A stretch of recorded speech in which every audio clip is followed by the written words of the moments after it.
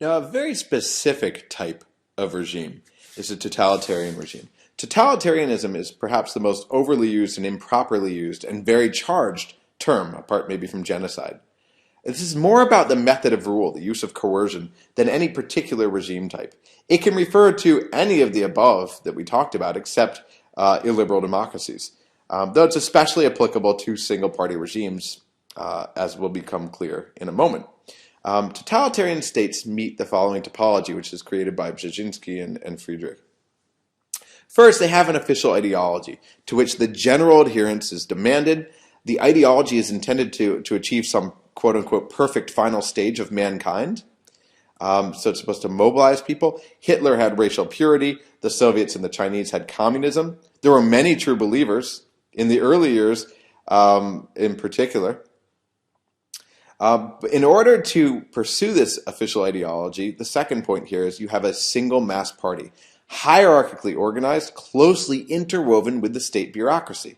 So, for example, the National Socialist Party in Germany, the Communist Party in China, and the Soviet Union, where power is at the top.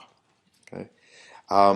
So the single mass party, which is why I said that single party regimes are most amenable to this. The third point here is a monopolistic control of the armed forces, strict control over the means of repression, no outsourcing in totalitarian regimes. You won't find vigilante justice. You won't find paramilitary organizations.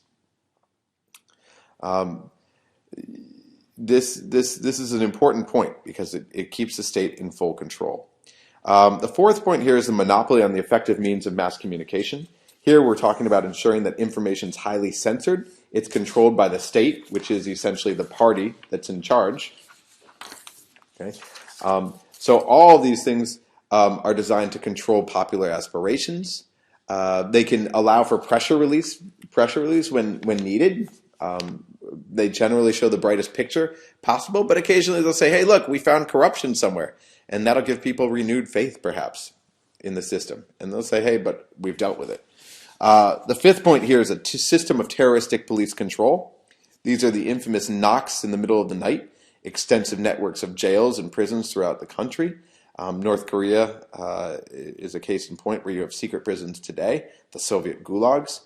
State terror is used to atomize society, to destroy what we call horizontal ties, those ties between friends and neighbors and family, to make it so that you're afraid of everybody in your vicinity. The only one you can trust is the state.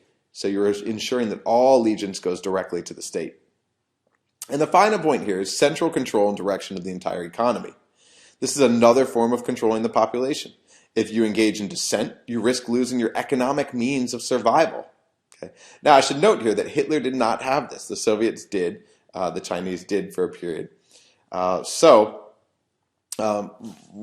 What this brings us to is the next point, which is that totalitarianism is quite rare.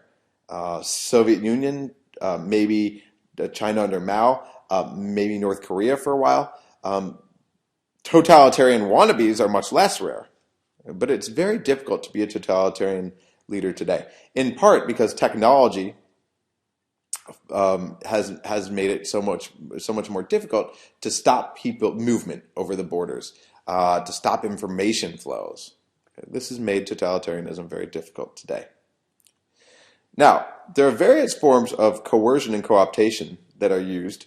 These are the basic strategies used to gain acquiescence. And so we'll start with forms of coercion, which non-democrats frequently rely on to varying degrees.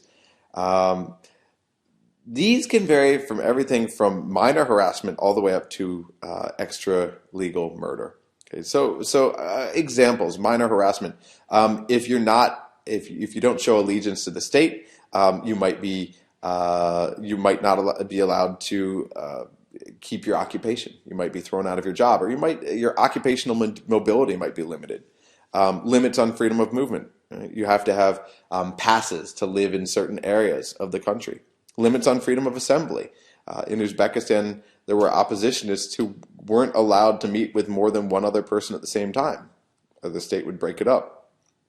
Detention. The state will come in, they'll take people away. I actually had a great case of this in Poland. One of my interviewees was telling me about how he would be detained for 48 hours. They would let him go because that was the law. And then as he was walking to the bus stop, they'd pick him up for another 48 hours. And they did this over and over and over again for the better part of a year. Imprisonment, of course, don't let him out at all, just stick him in prison for a while. Torture, disappearances, where people are taken away and never heard from again, and it's assumed that they've been killed. Often cases they have been. It's confirmed after the regime change. And then extrajudicial murders. Okay? All these are forms of coercion. But there are also forms of cooptation that various regimes use. The idea here is to bring in potential opponents. A classic case of cooptation was corporatism, practiced in Latin America, where the state would create and sanction a particular organization or set of organizations to quote unquote represent public interests in a particular sphere. This organization would be given a monopoly on representation. This organization would be fully funded. It would be monitored by the state. It would answer to the state. And all other organizations would be banned. And this in particular was an organization that would represent labor and an organization that would represent business. So what it does is it gives the public limited influence, better than nothing, in this notion that that it's best to work within the system to fix it. But in reality, what they're doing is they're buying off certain individuals or sectors of the population. Clientelism refers to the giving of benefits or favors to a group or influential individuals in return for their acquiescence or their outright support. And this is what we call a patron-client relationship. This includes providing rents, things like jobs, contracts, goods, bribes. Rents are unearned income. So you're literally renting out part of the state, like jobs in the police force, with the lucrative means of gaining extra cash once they're in there.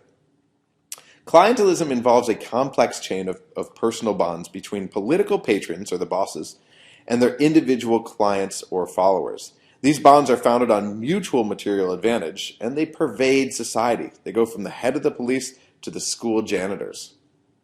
Patrimonialism is a little bit different. The state's run by a group of people who enforce the will of the leader in return for profit. They're not trained officials running the state, but lackeys of those who are in charge of the regime. But the benefits of patrimonialism, unlike clientelism, are much more limited to the top. It's not directed towards broader society. Its goal isn't to gain a societal participation here. Rather, it's to keep control up at the top. So both coercion and cooptation are associated with various costs and benefits.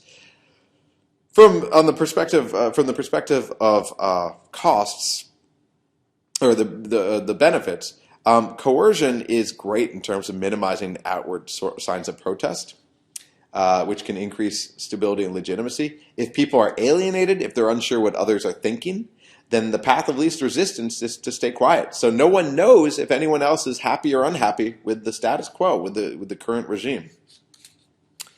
Now, a big cost of this is that you've got to maintain your loyal repressive apparatus, which decreases the amount of goods that are available to stakeholders, to those who are closest to your close followers.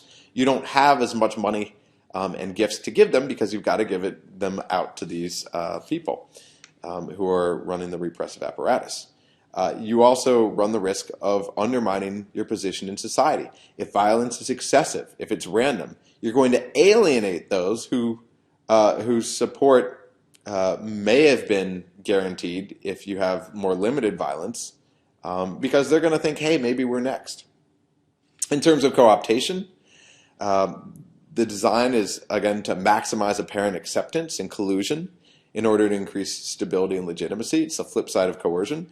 But also, again, with this element of collusion, you've got blood on your hands. It means it's harder to defect. Once you've been tainted by the system because you've been a part of it, any democratic opponents, if they win power, might go for your head. Okay? So it puts you in bed and keeps you in bed. Some of the costs of cooptation, of course, again, you've got the wider distribution of private goods. Okay? You've got questions of loyalty. As these private goods are being given to certain people, they can use these goods to challenge the status quo. Power is fungible. I can use my economic means in order to buy off the repressive apparatus and get them to launch a coup against you, for example, which explains in part why those who rely on cooptation also frequently use coercion, and they purge the incumbents, those followers who are close to them.